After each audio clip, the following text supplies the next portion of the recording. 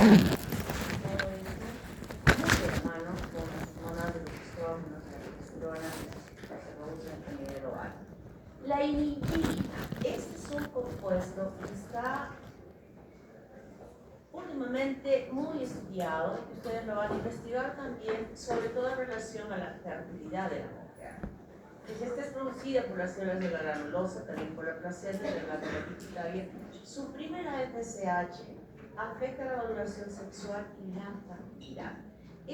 Así como evaluamos a una mujer que es infértil, los estrógenos, la progesterona, la FSH, la LH, para ver cómo están sus hormonas, un dosaje importante es el de la inhibina, porque esto nos permite medir la cohorte de folículos que pueda tener ese ovario en esa mujer. O sea, ¿qué significa esto? Que yo pido esto en esa evaluación y voy a saber si realmente esta señora que es infértil tiene la capacidad de tener hijos o no, ya no la tiene, porque tiene la cohorte es el número de folículos que pueda existir en ese ovario. Entonces este es un parámetro muy usado, que antes no se llegaba a usar, pero ahora sí se usa para darnos esta información importante cuando evaluamos la fertilidad en una mujer.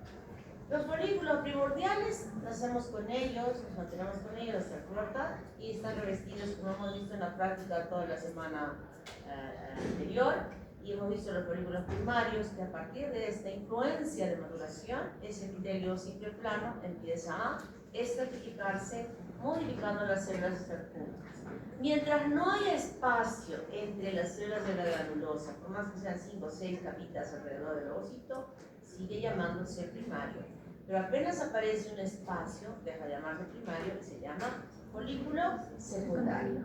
Y va a haber uno que va a madurar enormemente, el que va a comandar porque produce una proteína que inhibe el crecimiento de las demás, pero a que no le alcancen a su tamaño al que está comandando este desarrollo, pero no inhibe que puedan desarrollarse muchos más folículos, porque es sumamente importante que simultáneamente cada ciclo 1000 folículos estén madurando. Es lo que sucede normalmente para agotar los 400.000 con los cuales se empieza a abortar la maduración de los folículos.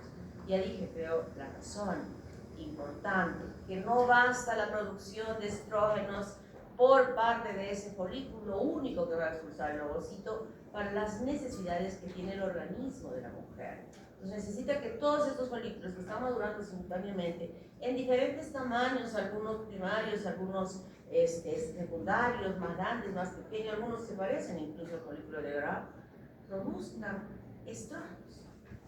O sea, no basta, la cantidad es mínima para que pueda producir el folículo, por eso que simultáneamente van madurando muchos. Y en esa maduración, un folículo que se parece a nosotros, lo que ya conocemos y hemos estudiado el folículo de Graf, es este, ¿verdad?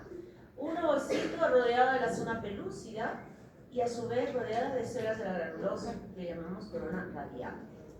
Y se proyecta a este espacio del antro folicular, que es un fluido, un exudado de la sangre, contiene componentes importantes de la sangre, además que se van desarrollando enzimas que luego van a actuar eficientemente en el momento de la ovulación. Externamente sigue esta capa de la granulosa que rodea este espacio y por fuera se forma la teca interna, que son células un poco más grandecitas, rosaditas, diferentes a las cúbicas de este epitelio que se ha estratificado del epitelio cúbico de la granulosa. Aquí, en esta granulosa, está la enzima aromatasa y responsable de la producción de los estrógenos.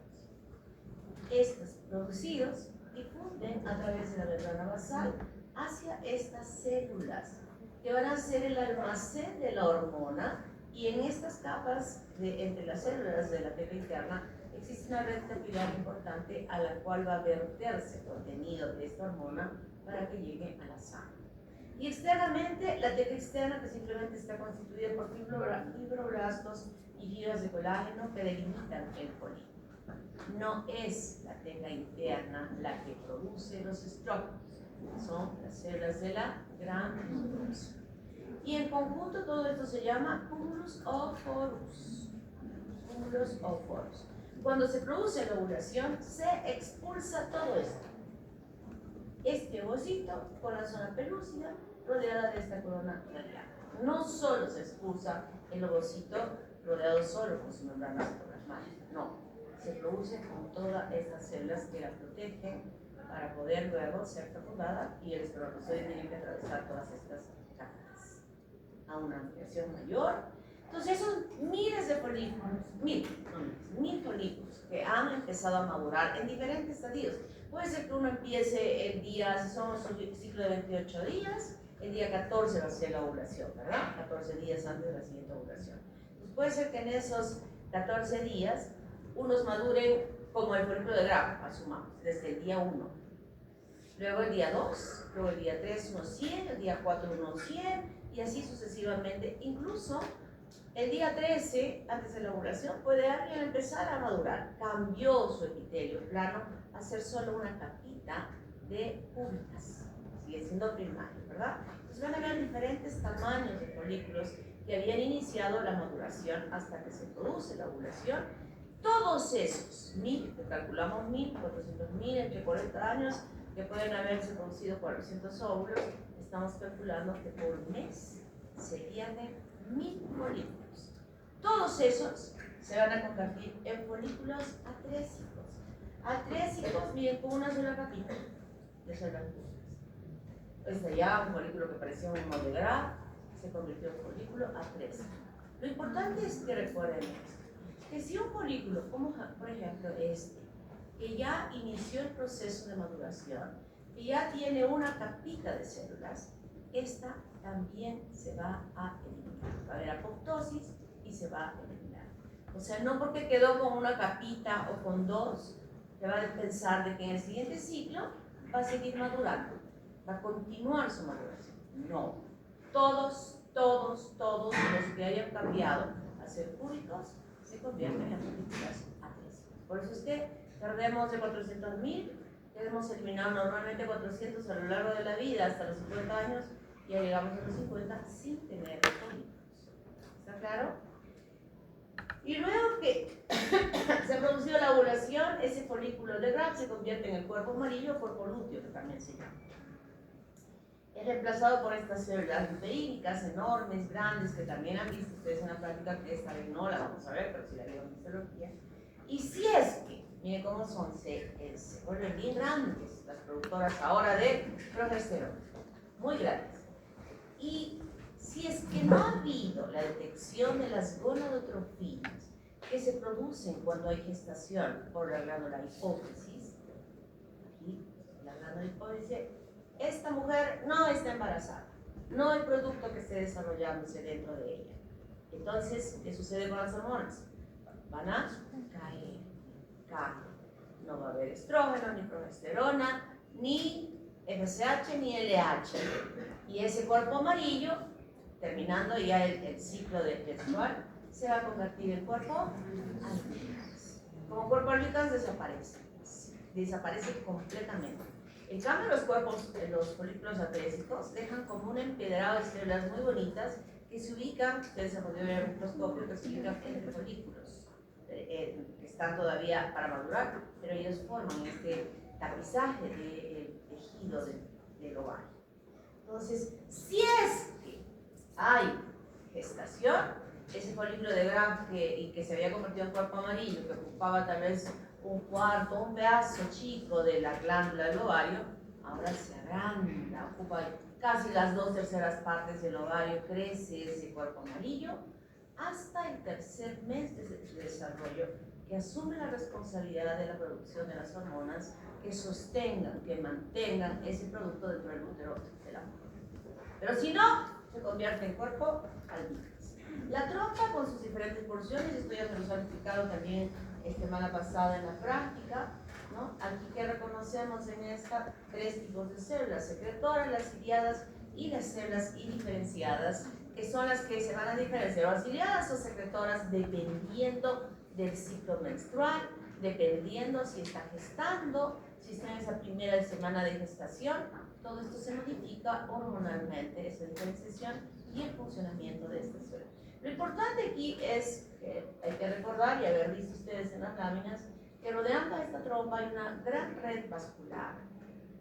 casos muy importantes, que algunas veces el desarrollo del embrión puede producirse dentro de la luz de la trompa, cuando esa trompa ha sufrido previamente inflamaciones e infecciones que obstruyen el pasaje correctamente. Sí permite que pase el espermatozoide, que es tan chiquitito, pero no permite que pase el huevo cigoto, que es más grande. Entonces empieza a crecer, y se va a producir un embarazo ectópico, rompiendo estos vasos y ocasionando una hemorragia interna en la mujer, que si no se diagnostica oportunamente, esa señora puede fallecer. Esto también ya hemos visto, las glándulas proliferativas y fase secretora, que son prácticamente muy bien sus profesores, esas diferencias histológicas muy importantes que les hemos hecho comparar en la práctica, para que cuando en el examen les pongamos cualquiera de las dos láminas, ustedes respondan endometrio en fase proliferativa, en fase secretora, y como pregunta adicional yo preguntaré, por ejemplo, en el caso de la proliferativa, diré, ¿qué hormona estimula su crecimiento? O sea, esa pregunta adicional del examen práctico que les puede llevar. Y en el otro caso, igual, ¿no? Entonces, cuando bajan las 4 hormonas, claro, no hay gestación. Ese descenso lo que va a desarrollar en esa mucosa del endometrio es el espasmo del vaso que irriga esa capa funcional del endometrio. Y el espasmo, inicialmente parcial y luego sostenido, lo que va es de privar de irrigación sanguínea a esta porción de endometrio, y a consecuencia de perder esa parte, o sea, de no estar irrigada, el tejido se necrosa.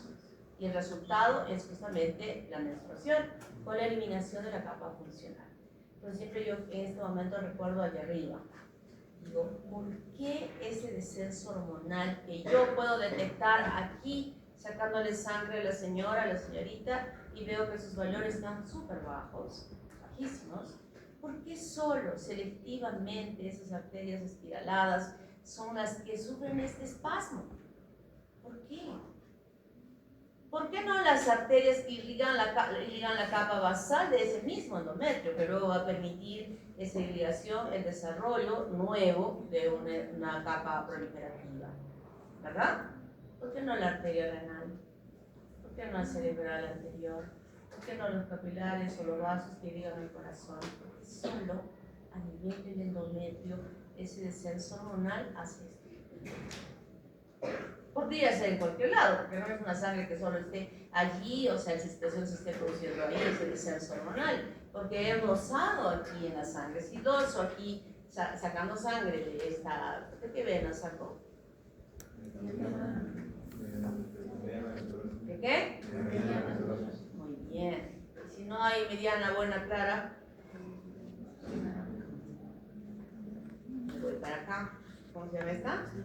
La cefalea. Y si no hay buena ahí, todos los gorditos, acá les salen los gorditos. Me voy por acá. ¿No? Bueno, entonces hay una mano divina que hace eso. Para mí es una mano divina. O no se han dado cuenta de lo que creo que hasta hoy nunca se habían percatado de esa situación. Y se produce la menstruación. Los labios externos, mayores y menores, y el clítoris, que son los únicos órganos sexuales genitales de la mujer externos, y luego está toda la parte interna, donde hormonalmente también todo esto se modifica en el momento de la cópula, en el momento del parto. Todo esto va a modificarse para, en el caso del parto, un relajamiento especial de esa vagina que habíamos dicho para que se fracture, un relajamiento de estas mismas estructuras que forman estos labios mayores y menores, pero lamentablemente no es suficiente, ¿no? Y como vamos a ver en la práctica, tiene que hacerse un corte para que pueda salir la cabecita de la mujer allí a nivel de los labios menores y mayores. Esto ya creo que lo hemos entendido bien, ¿no? Estas son las gonotropinas LH, FSH, que vienen de la glándula hipófisis, pero reguladas desde el hipotálamo. Entonces se produce el FSH, que va a actuar sobre el ovario, provocando la maduración de los folículos. Esta maduración de los folículos produce estrógenos. Los estrógenos se van elevando en una curva así. Ustedes así, ¿no? ¿Sí? ¿Estoy bien? Para decirles que va de acá para acá, avanzando así. Así, lo mismo. El pico más alto de este estrógeno, ¿qué hace? Estimula que bruscamente se produzca la LH. Ese pico rápido, brusco al LH lo que va a provocar es cambios en este folículo, provocando la ovulación. Y luego se convierte en cuerpo amarillo y este cuerpo amarillo va a producir progesterona que va a modificar todos estos cambios a nivel del endometrio, preparándolo para la anidación, que garantice que luego que el óvulo llegue ahí pueda ser fecundado. ¿Alguna pregunta hasta aquí? ¿Hay alguna duda? ¿Todo claro?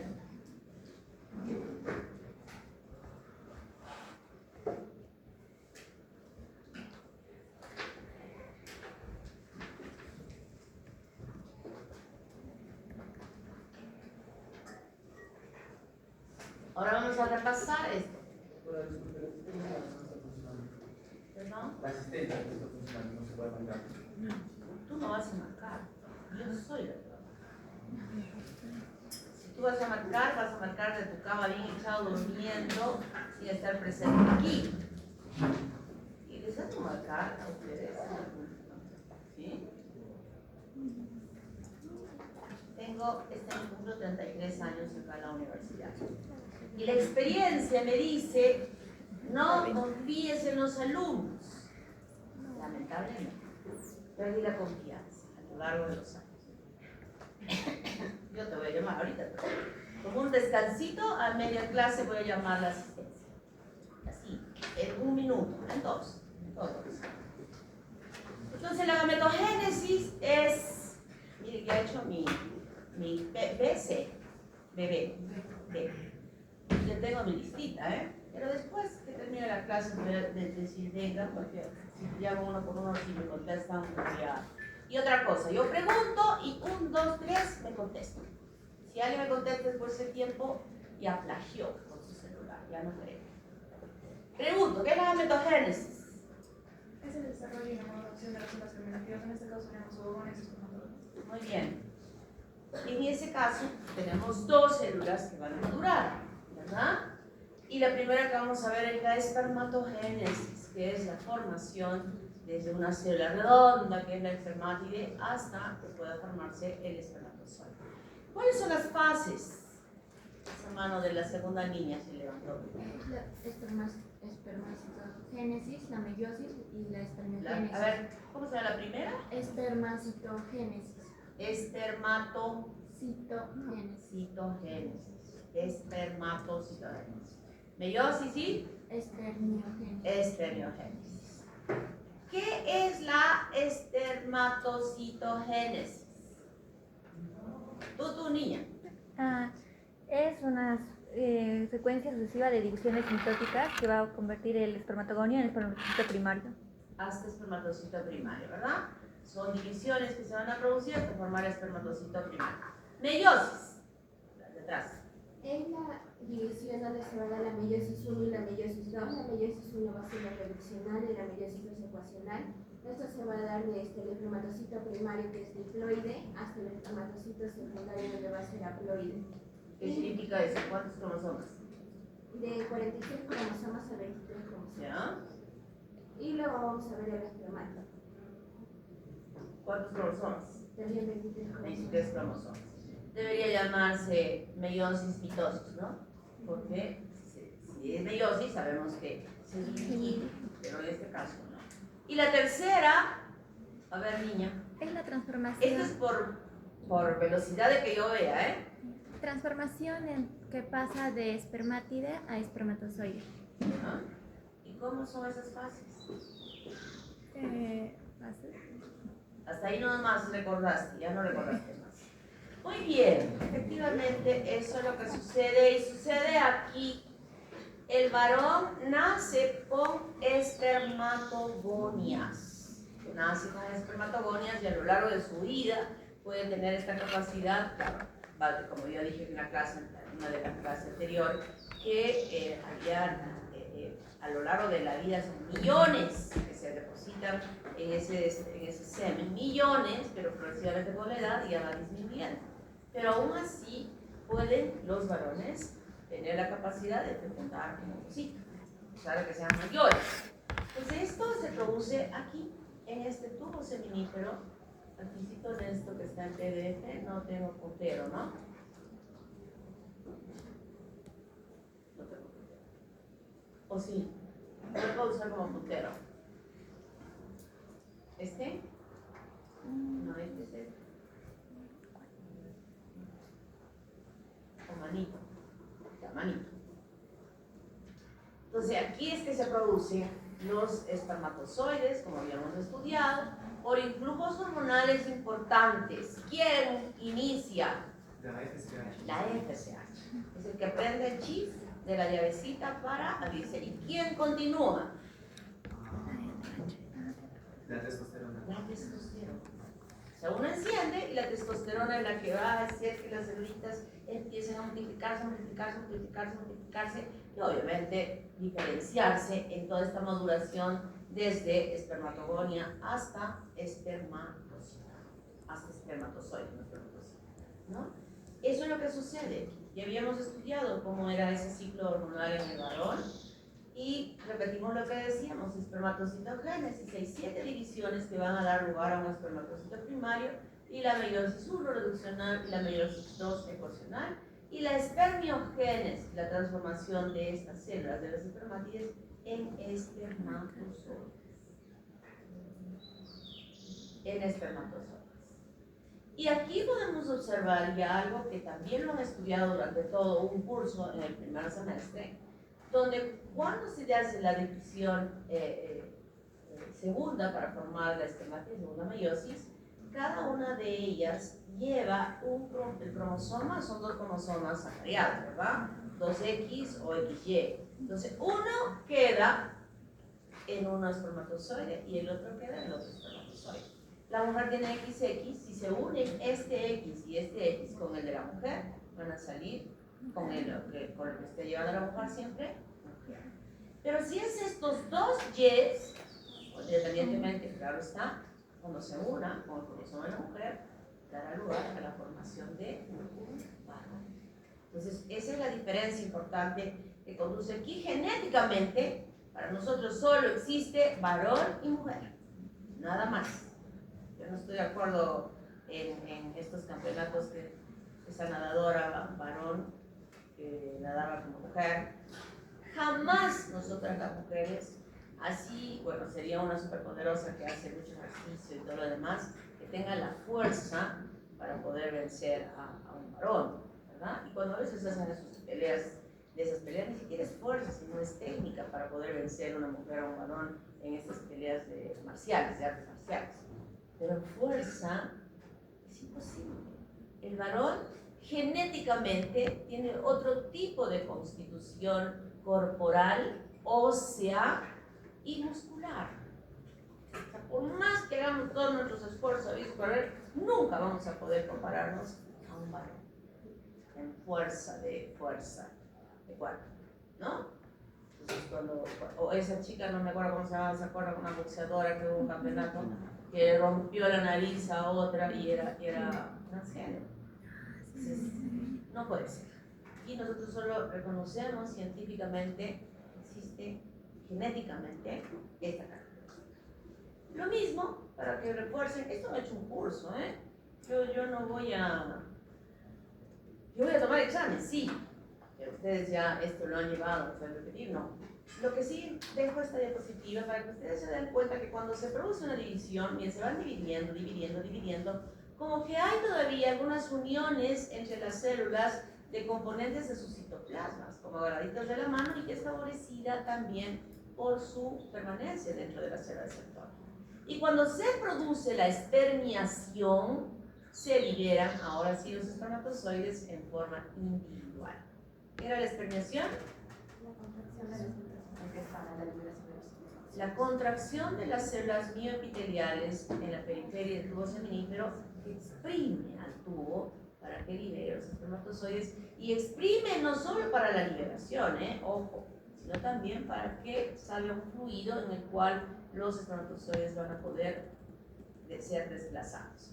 Recuerden que dentro de este tubo seminuclear el espermatozoide no hace nada. Si se mueve es por el fluido que lo arrastra, porque ahí ellos no hacen absolutamente nada. Y entonces la espermiogénesis sí es algo muy importante. Tiene diferentes fases, pero quiero que recuerden esto, que para mí es lo más importante. Este espermátide, que es una célula con su núcleo, ¿verdad?, con sus 23 cromosomas, va a sufrir cambios importantes.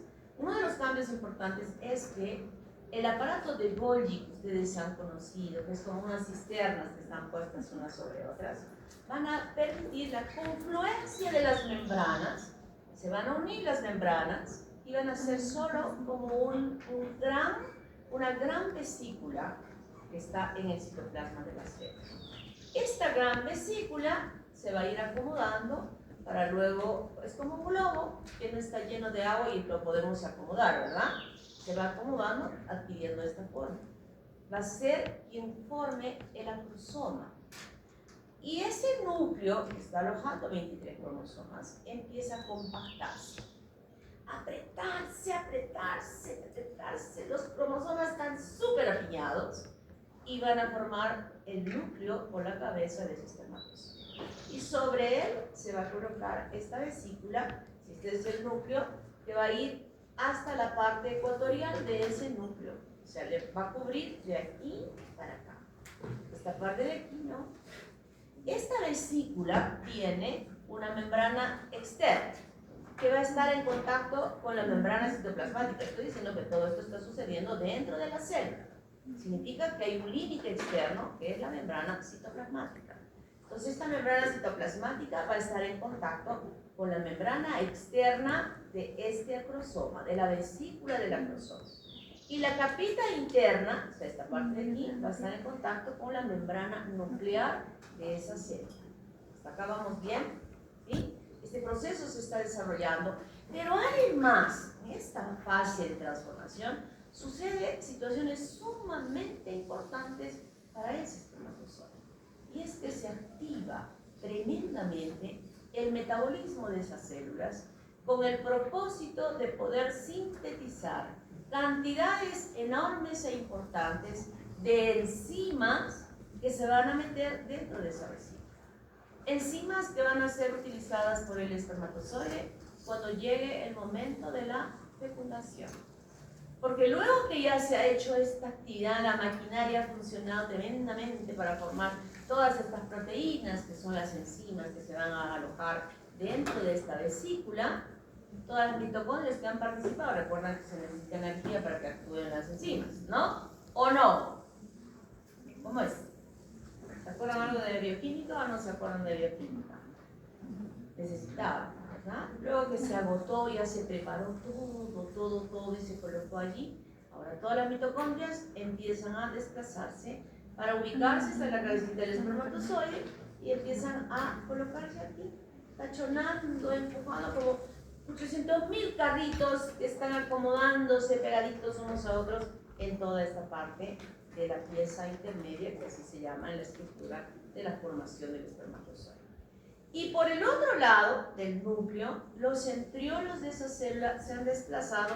Por aquí se colocó el acrosoma y por aquí se colocaron los centriolos. Y estos van a dar origen a la formación de 9 pares de túbulis que van a ir extendiéndose, alargándose. Todo esto está cubierto por la membrana citoplasmática, por la membrana que se va acomodando y botando algunos desechos por ahí, los desechos por ahí. ¿Quién va a fagocitar esos desechos de esa célula?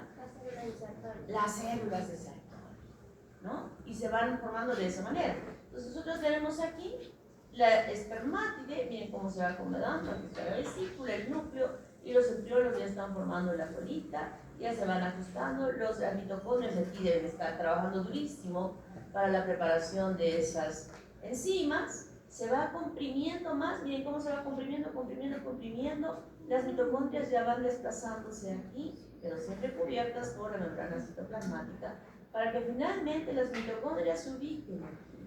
Todo el flagelo está cubierto por membrana citoplasmática. Y de esa manera, aquella célula redondita se transformó en esta célula totalmente diferente comparada a todas las que conocemos nosotros en el cuerpo, ¿no? Hemos visto diferentes morfologías cúbicas, cilíndricas, estrelladas, qué sé yo, pero estas son únicas. No se preparan como las demás, tiene otra forma.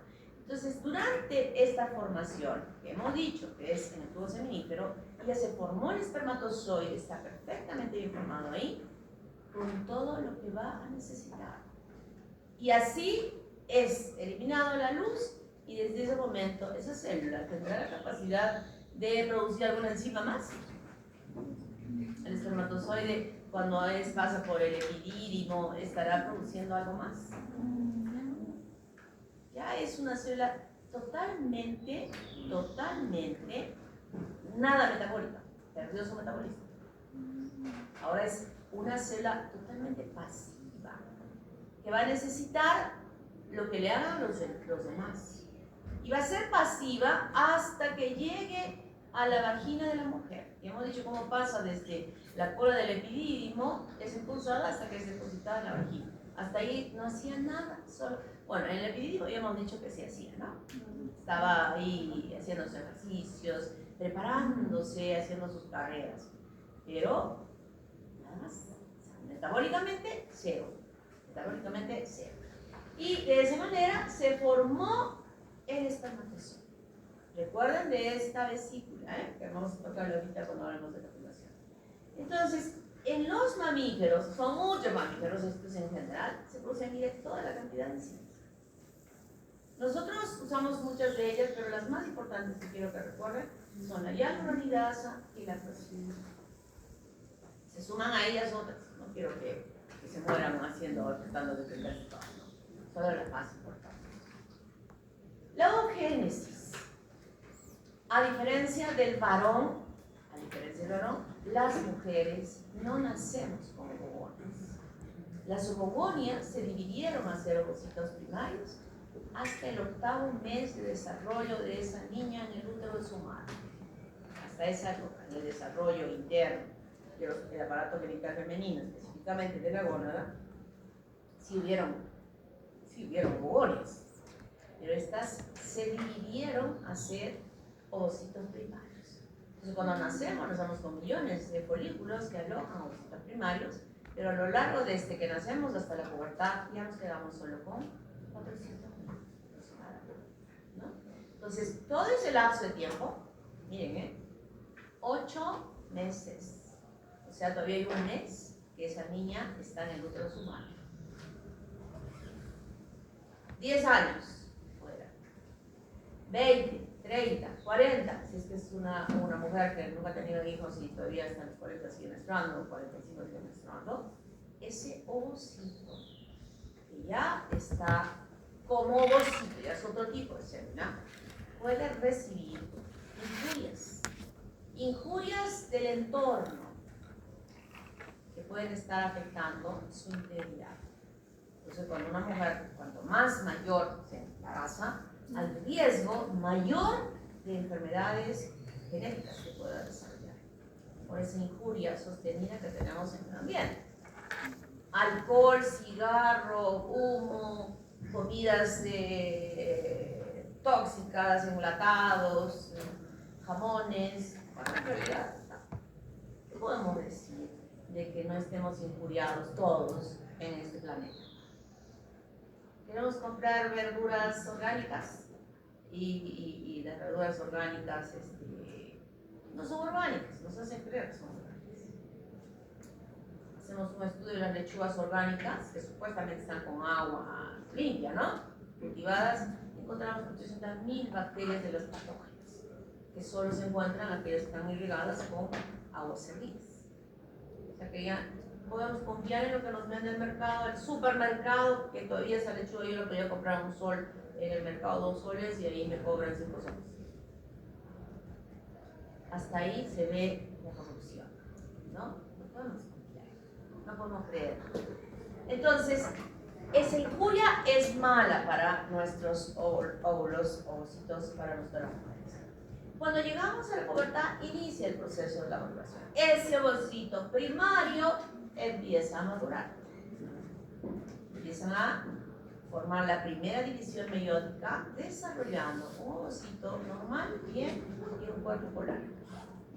Inmediatamente entra el ovocito en una división, ingresa, pero no continúa. Va a continuar la segunda meiosis cuando ese folículo de granja ha expulsado al ovocito y ese ovocito ha sido fecundado. Cuando la cabecita del espermatozoide está entrando en el citoplasma del ovocito, que es así como se produce la fecundación, prosigue la división celular. O sea, cuando ya está dentro del espermatozoide, prosigue y culmina esa división y vamos a tener este segundo cuerpo polar.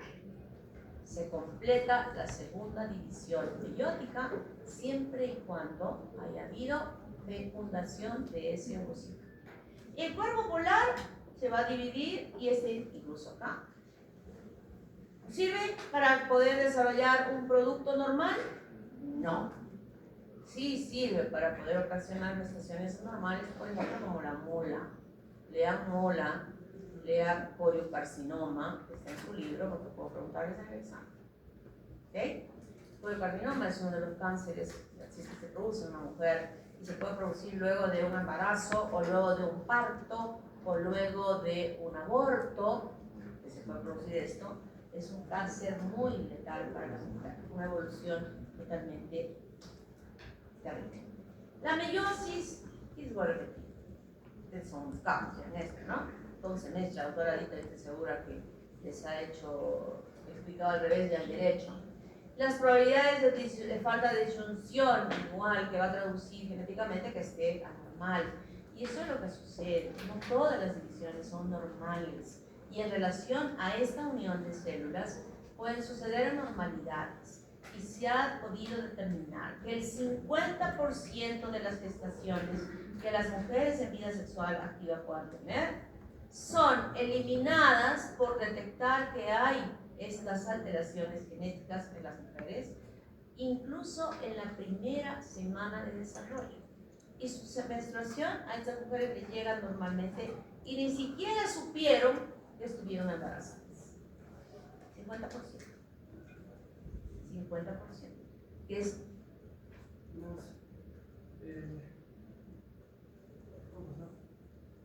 Todo atrás. ¿Qué hora es? 7:45. Bueno, vamos a invitar, pero tiene falta.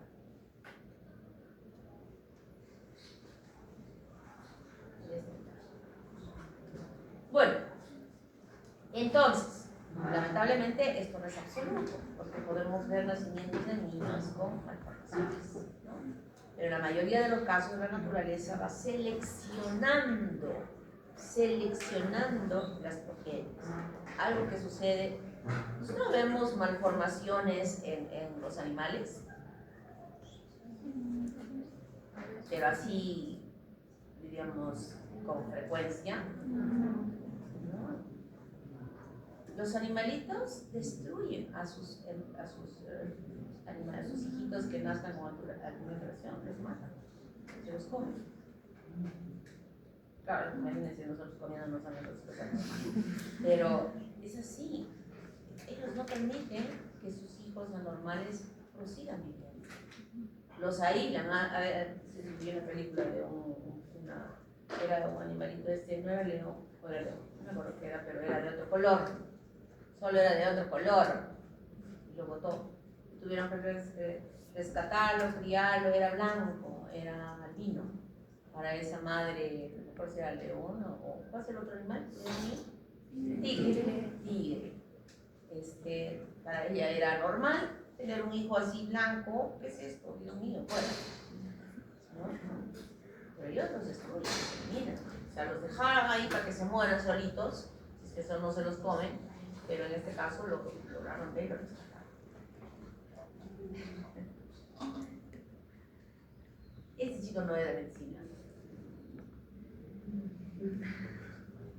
No.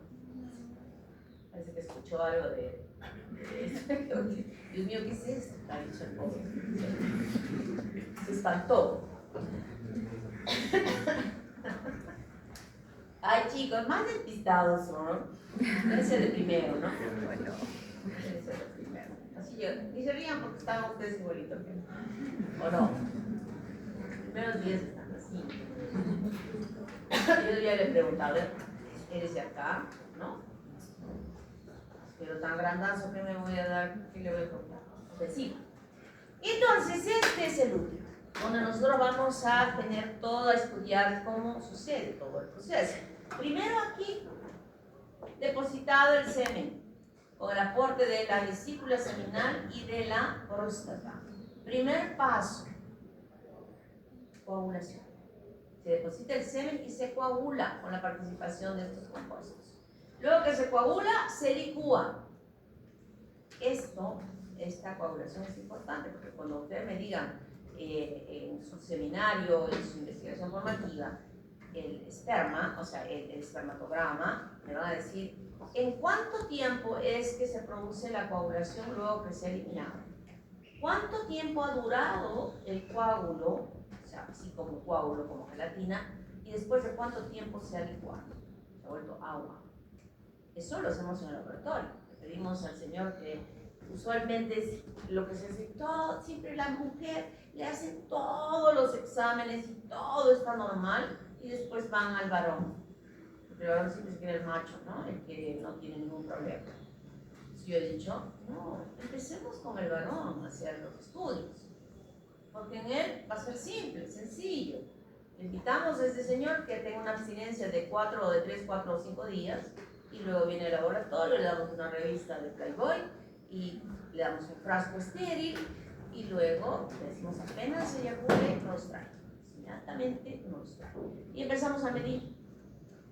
Primero, sin tocar, vemos en cuánto tiempo con reloj, con cronómetro, y estamos ahí observando. En cuánto tiempo coaguló, en cuánto tiempo licuó. Y después de que ya se licúa, empezamos a hacer el conteo, los prótesis para ver la morfología, para ver si hay movilidad, o sea, todos los procedimientos, la parte química, etcétera, etcétera, etcétera, todo eso. Entonces, eso es importante porque el pH, pedimos el pH es alcalino y el de la vagina es ácido. Entonces, este pH ácido es letal para los espermatozoides. Y cuando se forma el coágulo dentro, este pH alcalino está en contacto, de las partes externas del coágulo, está en contacto con el pH ácido. Todos los que están aquí periféricamente en el coágulo están muriendo. Millones mueren ahí en la vida. Millones. ¿No? Entonces, cuando ya se ha contrarrestado en ese tiempo normal que debe existir, se vuelve líquido y pasa. Ingresan los espermatozoides ya ellos, dependiendo de su movilidad. Pero una movilidad que no es tan buena en este momento, cuando están pasando por aquí. ¿Por qué? Porque a pesar de que habían hecho toda su preparación, recuerden que en el epididymo les dije que recibían un baño como de protección de las proteínas, de lúcidos, etc. Es como que estuviera embarrado en miel y la miel pues no le deja estar caliente. Entonces en todo este pasaje sucede ese hecho de liberación, de volverse más libres, que se llama capacitación. La capacitación se produce. ¿Qué se produce en el epididymo? Maduración. Entonces van avanzando acá y luego algunos se van a ir en caldo para este lado. ¿Hubo ovulación por acá? No. Los tontos se vinieron para acá. Unos cientos de vivos, ni siquiera miles, estoy diciendo cientos, se van a venir para poder fecundar este óvulo que está siendo liberado. Pues ya hemos hablado bien de cómo es esta maduración, la importancia de la maduración de 1000 folículos por mes.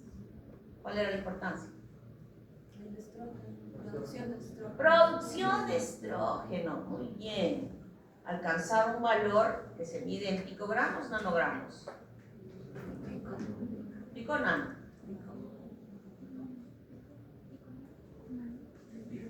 Pregunta, así ver casos de sus dedos. Que eso lo han hecho ustedes en histología, ¿no? Se dan cuenta que todo lo que ustedes han estudiado hasta acá, yo ahora en este curso voy a explotar, preguntar y preguntar y preguntar. ¿Por qué quiero que ustedes entiendan eso? Porque lo que yo estoy haciendo ahora y preguntando, se va a sumar esto más para más arriba. Y ahí les van a preguntar y preguntar. Y quiero que ustedes entiendan que se estudia la medicina ni siquiera en 180 grados. Yo diría en 360. Ojos hasta por acá y oídos hasta por acá. Todo sirve. Todo sirve. ¿Ustedes han hecho el taller de la felicidad? No han hecho el taller. Hasta eso hubiera servido para que hagan los ejercicios de felicidad. Ovulación. Dije hace un momento, ¿por qué se produce la ovulación?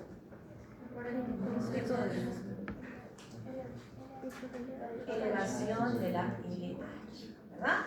Esa elevación de la LH lo que va a hacer en este folículo de Graf es aumento de la permeabilidad vascular. ¿Qué significa eso? Que esas uniones de los capilares que ustedes han estudiado en histología se separan un poco. Entonces, ¿de acuerdo, no? Entonces esos capilares que ustedes conocen se separan un poquito y sale agua del contenido de los vasos hacia el exterior y produce edema. El edema activa el plasminógeno para convertir en plasmina, que es una enzima importante que permite la degradación de los tejidos. La colagenasa, que está ahí en forma inactiva o latente, se va a activar y va a tener la capacidad también de poder destruir la enzima colágeno, permitiendo la apertura o la liberación de estas células que todavía están envolviendo. En el ovario, el folículo de Graf, si nosotros vemos con una endoscopía, vemos como una ampollita que está sobre la superficie del ovario.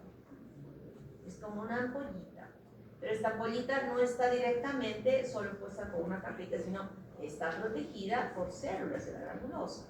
O sea, como que allí se ha perdido un poco la teca interna, se ha perdido ya la teca externa de esa, pero todavía hay células de la granulosa. Entonces esas se tienen que romper para que pueda salir el ovocito.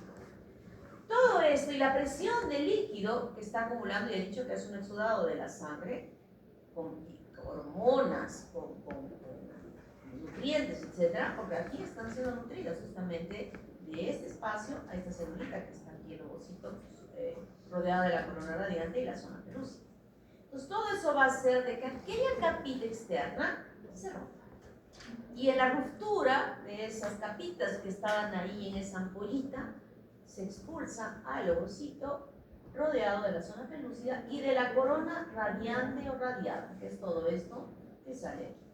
Y como habían vasitos sanguíneos por ahí también en las paredes de este ovario, puede haber algo desangrado, gotitas de sangre. De repente hay un vasito más importante y puede ser un poquito, un chorrito más. Esa eliminación de sangre hacia la cavidad peritoneal hace que percibamos dolor. Un mes por acá y al otro mes de este lado. Se van alternando los ovarios, un mes ovula este ovario, al otro mes este, al otro mes. Y nosotros podemos percibir, ustedes nunca se han dado cuenta, que en el momento de la ovulación han percibido dolor en uno de los lados. La sangre en el peritoneo es tremendamente irritante y hace que duela tremendamente. Es muy irritante.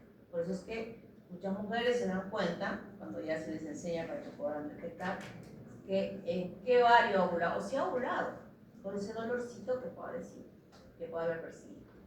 Entonces, el control hormonal que va desde el hipotálamo con liberación o inhibición de estas gonotropinas de TSH y LH actúan sobre el ovario. Ya hemos visto todo lo que va a suceder en el ovario. Estrógenos y progesterona actúan sobre el endometrio cuando se ve a producir la menstruación, permitiendo que de la capa basal empiece a proliferar estas glándulas para hacer mostrar las características de la fase proliferativa, y luego de la ovulación este crecimiento, ensanchamiento de la mucosa del endometrio con todas las características que hemos visto en la práctica. Y no solo sobre ella, sino también sobre la vagina de la mujer. las paredes van a ser más húmedas en este ciclo donde ya se produzca la ovulación. La trompa, a través de estas células, se van a permitir la diferenciación o ciliadas o secretoras. Las glándulas mamarias, después de que se ha puesto la ovulación, las niñas sienten como que se les hubiera desarrollado un poco la mama, y no solo desarrollado, sino sienten dolor. Se llama mastodinia y se debe al edema que se está desarrollando en esa glándula mamaria, como diciendo, oye, prepárate, que es posible que vayas a ser mamá.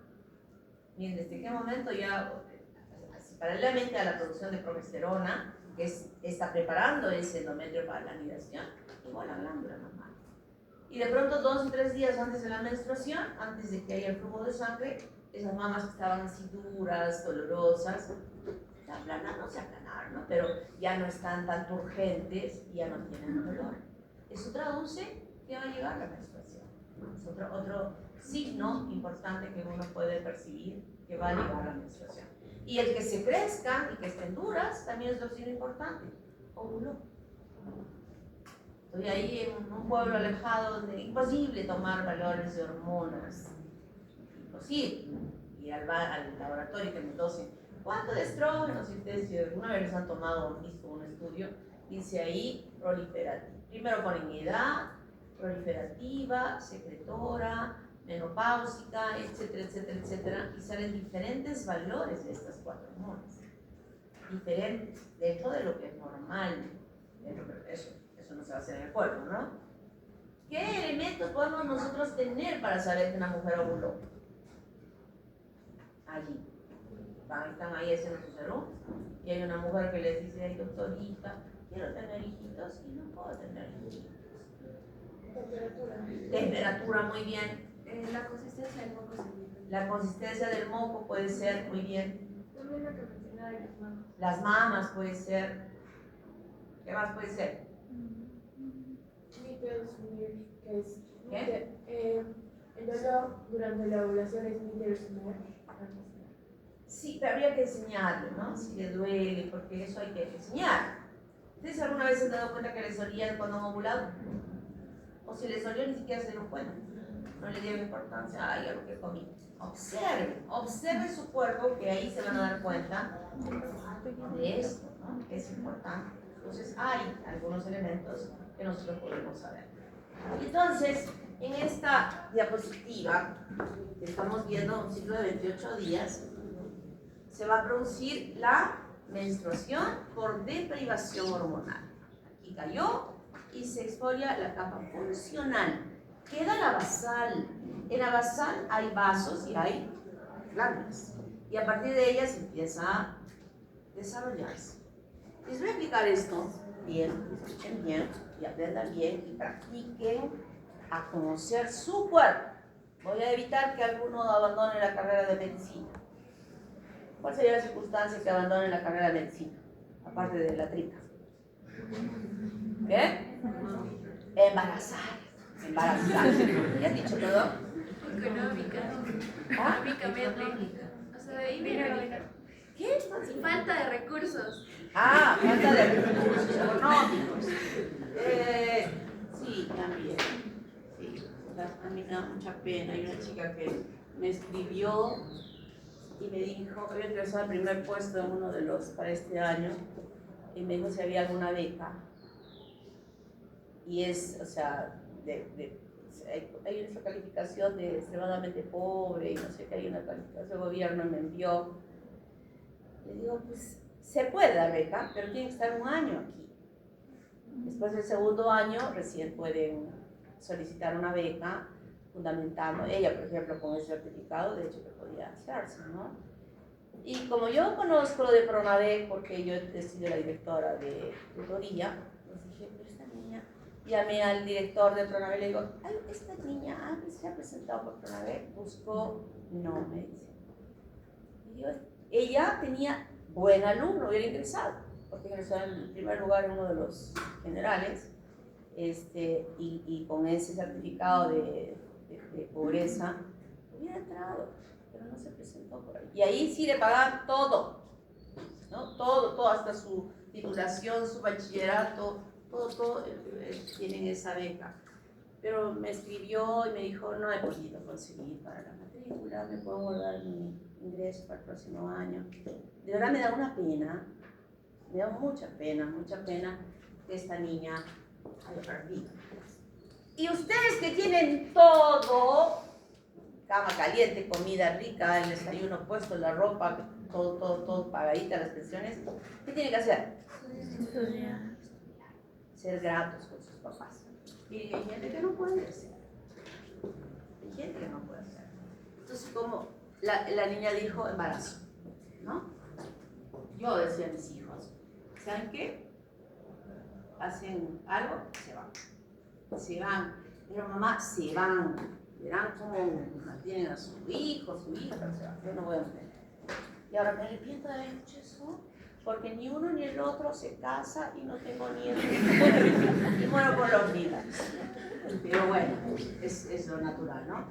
Miren esto, ¿eh? Ovulación, 14 días siempre antes de la siguiente menstruación. 14 días antes siempre, 14 días antes. Puede ser un ciclo de 35 días, y será el 21. Y puede ser el ciclo de más o menos tiempo, pero 14 días debe pasar para que se produzca la menstruación. Puede ser 16, 18, proliferativa corta, pero sí se produjo la ovulación. Entonces, este dato es importante. Yo pregunto, ¿cuántos de ustedes tienen su ciclo de 28 días? 1, 2, 30. Regulares de 30. ¿Qué significa regular? Cada 30, 30, 30, 30, 30. 2, 3, 35. 35. Irregulares. Todas, la mayoría, ¿no? Un día 20, un mes 20, al otro 28, al otro 35. Totalmente irregulares. ¿Cómo van a saber cuándo ovulan las irregulares? Difícil. Pero empiecen a conocer su cuerpo. Miren.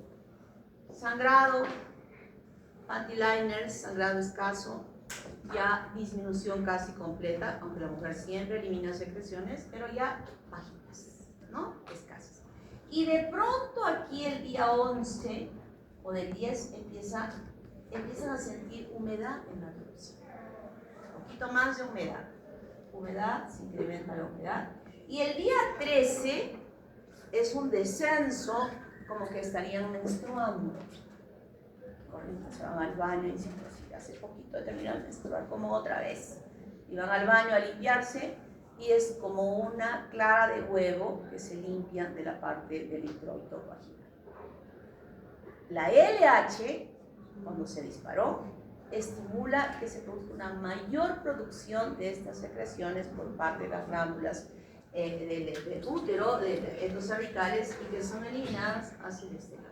Al día siguiente de ese pico máximo de secreción, ovulación.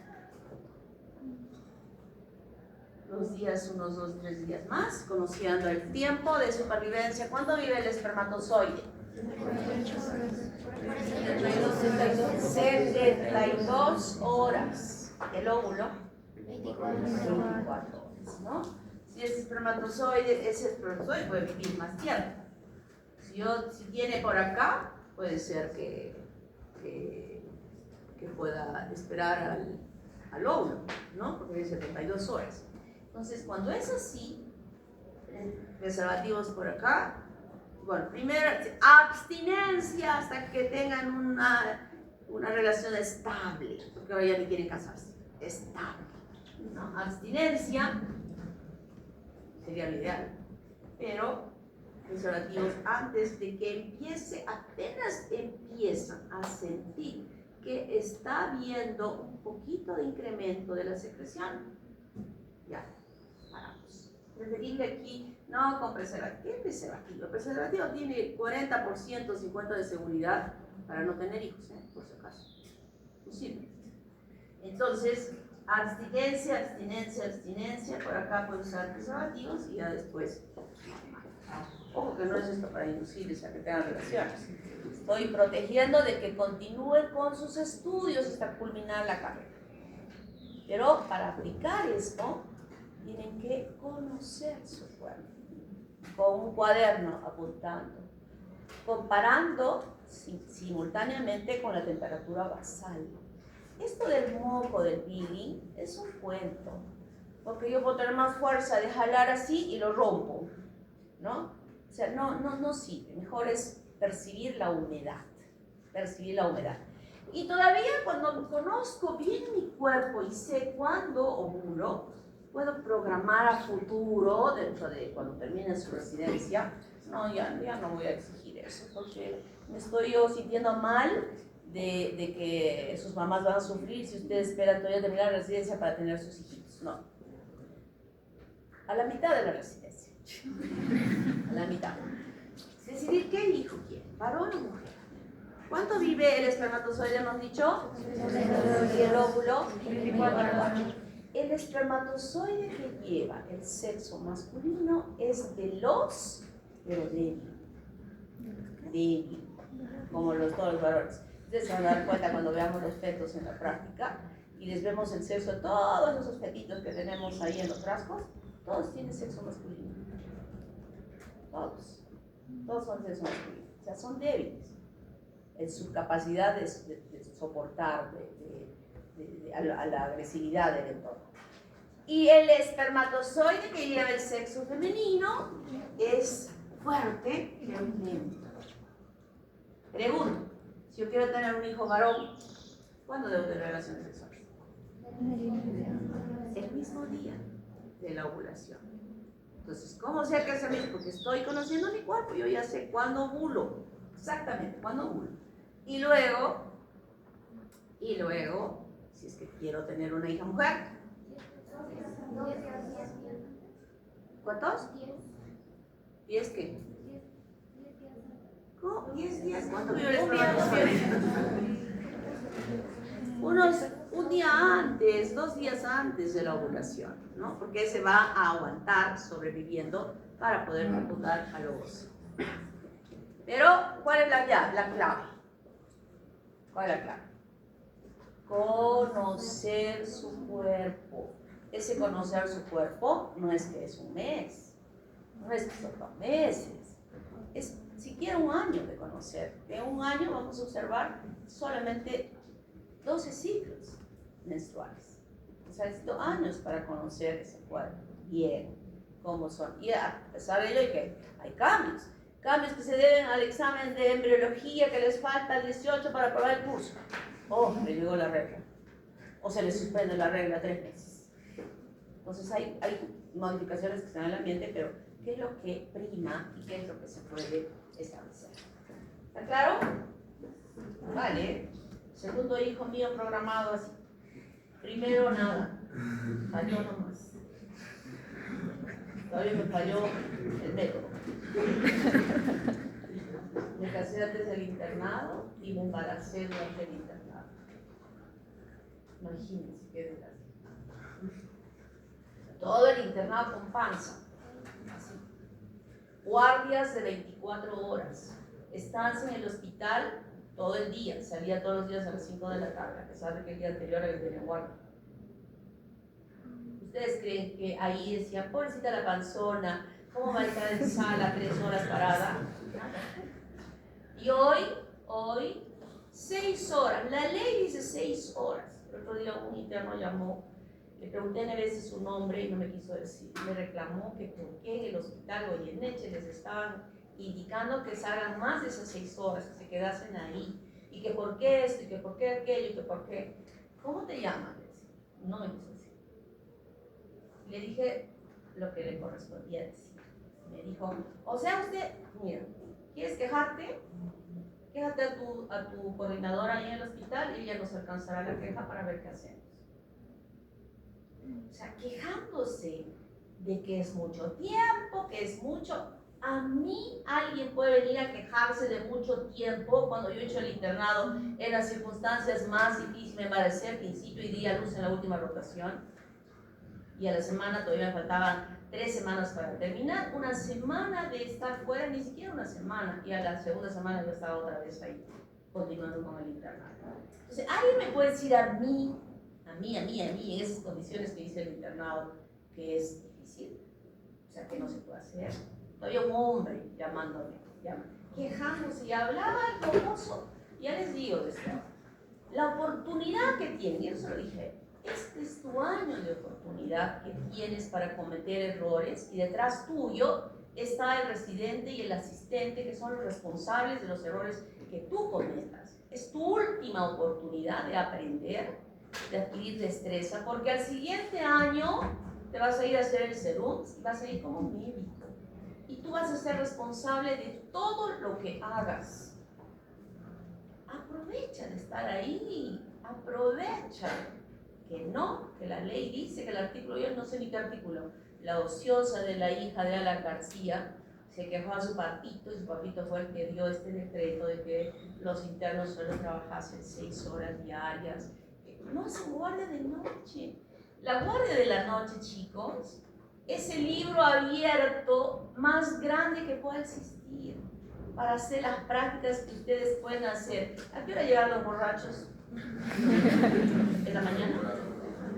Llegan en la noche, los borrachos ahí acuchillados, cortados por todos lados. Y ahí tenemos la oportunidad de practicar para coser. Al principio coseremos como cadáveres, pero la destreza de estar cose, que te cose, que te cose. El borracho ni siquiera, pobrecito, al día siguiente ya verá con su sutura de sutura de cadáver. Para poner las venoclisis. ¿Dónde van a aprender? En el día, donde está ahí la familia, por alguna circunstancia, vamos a estar ahí clavando y clavando y clavando. Ese es el momento de aprender. Por favor, se lo suplico. Cuidadito que me entere que alguno de ustedes esté en 5 años diciendo 6 horas. Tengo que dormir bien porque mi belleza se va a malograr. Por favor, me dio ganas. Si hubiera tenido ese mocoso ahí, ¿qué no, así no van a lograr hacer nada. Es una pena, de verdad. A veces a mí me da mucha pena todo esto que está pasando. Gameto.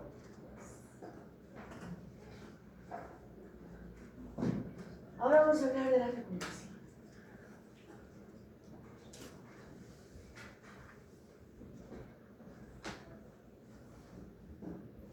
No estoy grabando las clases, ¿no? ¿Quieren que grabe las clases? Sí.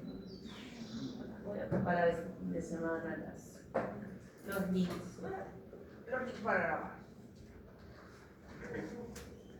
Porque a veces pues, no está algo que quieren volver a escuchar. También van a escuchar las retadas, ¿eh? También van a escuchar los chistes y van a escuchar lo que hagamos en la clase cuando escuchan las grabaciones. Fases de la fecundación. Denudación es el pasaje del espermatozoide a través de la corona radiada. Reconocimiento y adhesión ha llegado al borde de la zona pelúcida y se va a permitir que pueda luego producirse la penetración atravesando esta zona pelúcida. Fusión, cuando se unen las membranas citoplasmáticas del espermatozoide con la membrana citoplasmática del ovocito. Bloqueo de la poliespermia, evitar que otros espermatozoides más se metan en el citoplasma. Formación de los pronúcleos y la antimixis, que es el inicio de la segmentación o la primera división celular luego que se ha formado el cigoto. Entonces, ¿qué pasó luego de esa fecundación en la primera semana? Este es el aparato sexual y hemos dicho que se forman aquí los espermatozoides y que luego no hay el punterito, ¿no?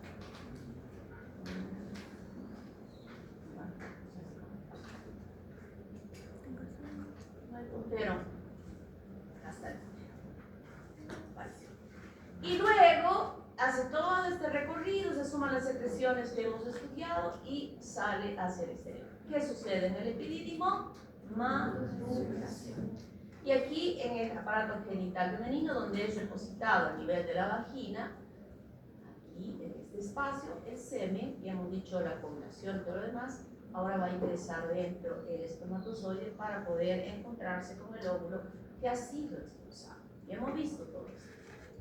Está expulsado, se produce a raíz de la ovulación, que acabo de mencionar, y llega a ese borde de la corona radiada como fue expulsado este ovocito, ¿verdad? No es membrana citoplasmática, es membrana citoplasmática, zona pelúcida y corona radiada. Esta corona radiada, el pasaje a través de ella se llama denudación. La denudación es el pasaje del espermatozoide a través de la corona radiada utilizando la enzima hialuronidasa. Pasó, separó las celulitas, uniones celulares que ustedes han estudiado en histología, se mete y se encuentra con el borde externo de la zona pelúcida. Esa zona pelúcida está constituida por glucoproteínas producidas por el citoplasma del ovocito y expulsadas externamente, formando una capita importante en toda la circunferencia del huevo, completamente. Y está constituida por glucoproteínas, ZP1, ZP2 y ZP3. ZP2 y ZP3 son estas cadenitas que van a formar entre ellas, y ZP1 las une. Son como nexos de estas cadenas de glucoproteínas que hacen el espesor de la zona pelúcida. Y aquí viene el reconocimiento. Lo importante, ¿qué significa esto? Que en este reconocimiento solo puede penetrar esa zona pelúcida gametos de la misma especie. No puede entrar un espermatozoide de perro al ovocito del gato, ni del mono, aún entre ellos. O de repente en ellos puede ser, no sé, porque hay unas cosas que ustedes van a decir, para toda la mula, no sé. Sí, voy a decir, no sé. ¿Saben dónde sale la mula, no? Ya del cruce del caballo con la burra, sale la mula, que no tiene ninguna capacidad de procreación. Es un insulto que les dan a veces a las mujeres infértiles, porque no pueden tener hijos, ¿no? Pero, ¿cómo sucedió? No sé. Rareza de la naturaleza, que puede escapar a ella, ¿no? Pero en el caso de nosotros, solamente se puede permitir la fecundación de un espermatozoide humano con el ovocito. Y esto se hace aquí. Por acción, bien, en la parte superficial de este acrosoma, a nivel de la membrana citoplasmática, se ubica una enzima, la N-acetilgalactosiltransferasa, que se va a acoplar al receptor específico de la glucoproteína, que es la ZP3.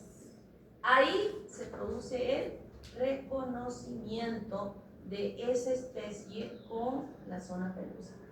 Luego que ha producido, estos sí son la misma especie, va a seguir la siguiente secuencia, que es la penetración, el ingreso. Todo esto aquí hay una gran participación de proteínas moleculares, pero esta es la más importante.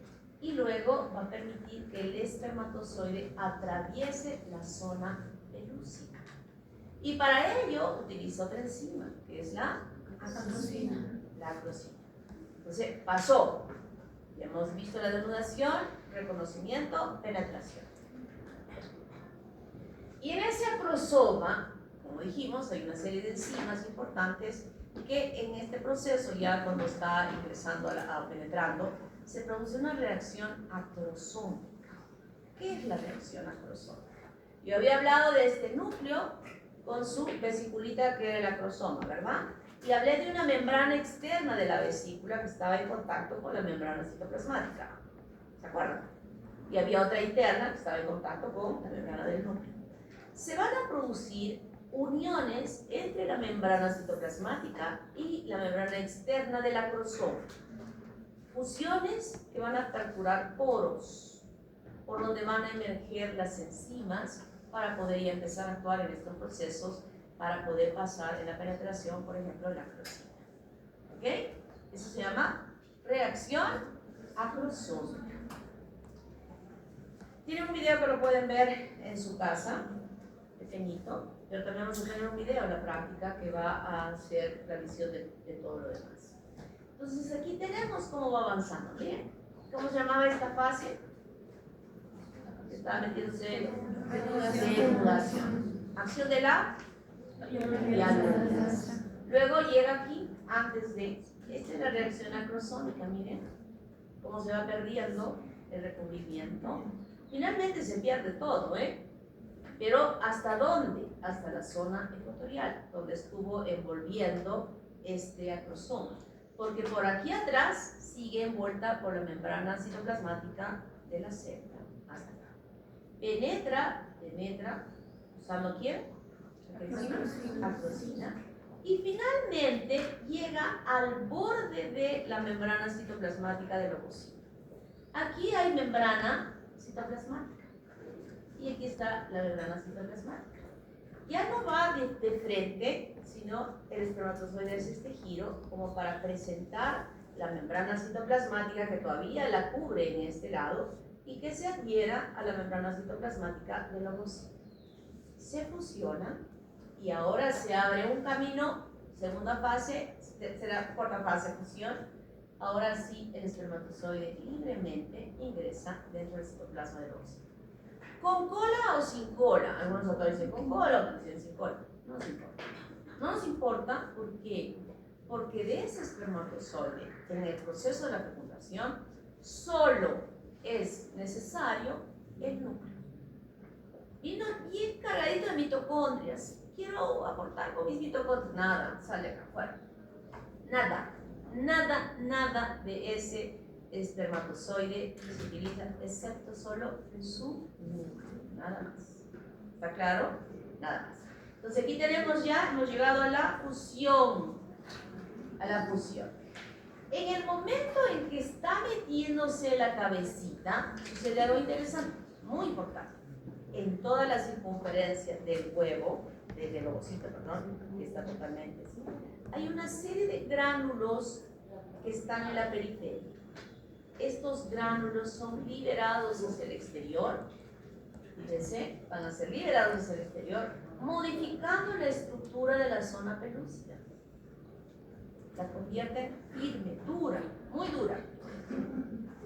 Y esta dureza va a impedir que nuevos espermatozoides puedan ingresar al citoplasma. Aún de repente en uno de los lados estuvieron ya unas cabecitas tratando de meterse, pero la dureza, ¿qué va a hacer?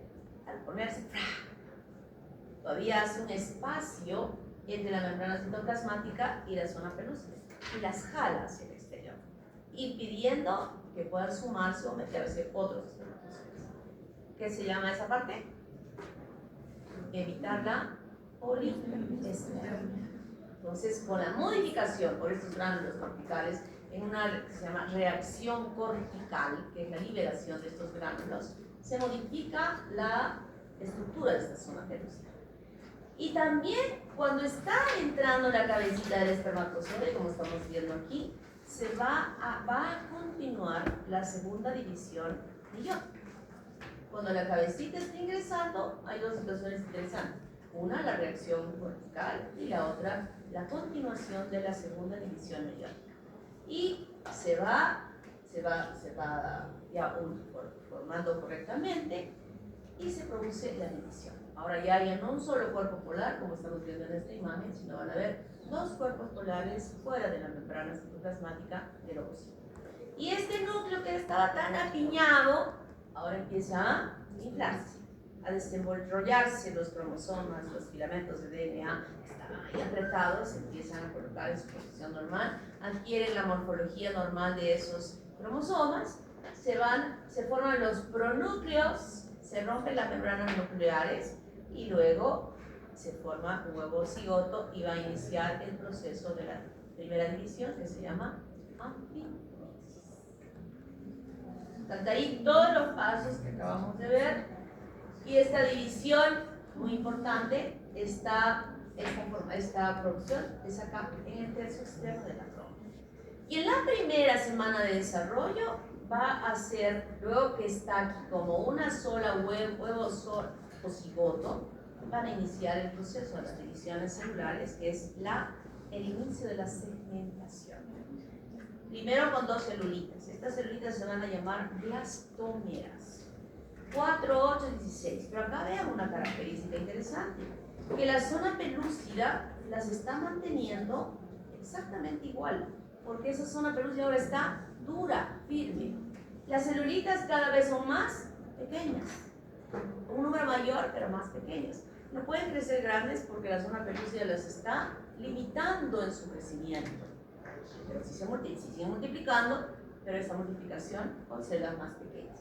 Y esto es muy importante, que durante el pasaje del huevo cigoto, ya con estas divisiones celulares, lo hagan a través de la trompa, mantengan un tamaño pequeño, para que no llegue a implantarse y desarrollar dentro de la trompa y hacer un embarazo ectópico.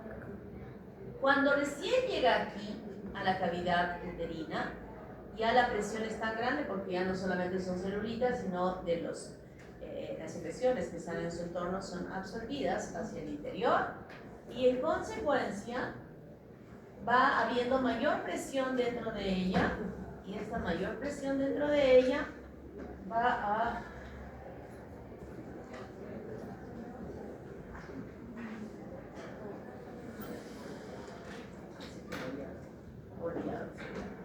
a hacer que se rompa, eclosione la zona pelúcida y se ha liberado ya la estructura llamada blastocisto. Y como blastocisto ya es libre y se implanta aquí dentro de la cavidad uterina. Lo mismo, todas las fases, los pasos que estamos viendo ahí desde el principio. Y esta es la reproducción asistida que me la van a explicar perfectamente bien en su seminario, en su investigación formativa, de cómo se puede hacer las fertilizaciones in vitro, cuáles son las técnicas. Primero, cuáles son las causas del varón y cuáles son las causas de la mujer que tienen que ver con la infertilidad.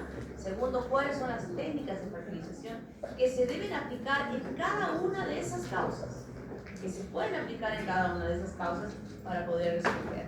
Y habrá situaciones incluso que el hombre es muy oligostérmico y se le tenga que hacer una biopsia testicular, sacando un espermatozoide en el laboratorio e inyectando directamente a través de esta cepa de vidrio en el citoplasma del ovocito el espermatozoide para que pueda desarrollarse la fecundación in vitro. Y las consecuencias de la fecundación son restablecimiento del número diploide de cromosomas, formación de la célula completa, redistribución del material citoplasmático del ovocito en las células hijas, donde solo participa los cromosomas del núcleo del espermatozoide, más nada, la determinación del sexo. Será varón, será mujer, dependerá de cuál fue el cromosoma que fecundó ese ovocito. Variabilidad de la especie, eso lo han estudiado en genética, ¿verdad? Pero se parecen algo, tienen rasgos de su papá y su mamá, pero no son idénticos, ni entre hermanos son idénticos. Eso es variabilidad de la especie. Y inicio de la segmentación, que es ya las dos células cruciales que aparecen de las divisiones celulares. ¿Alguna pregunta? ¿Qué es un ovótilo? ¿Qué? ¿Qué es un ovótilo? ¿Un qué? Ovótilo. Un bótilo. ¿Dónde has leído eso? En el libro. ¿Qué? En el libro tenemos. ¿Un bótilo? No sé. ¿Qué es un bótilo? Es cuando los dos núcleos masculino y femenino. Es cuando los dos núcleos masculino y femenino se unen y el ovocito en sí se pasa a llamar ovótilo. ¿Sí? Es un nuevo nombre. Está bien que aprendan sus nuevos nombres, por favor, porque en el último examen que han tomado para el internado del seguro, me decían los chicos, doctora, nos han puesto unos nombres que no conocíamos. Así que es bueno que cuando se quiere muy bien, no puedo llamar asistencia. Cuando quieren facilitar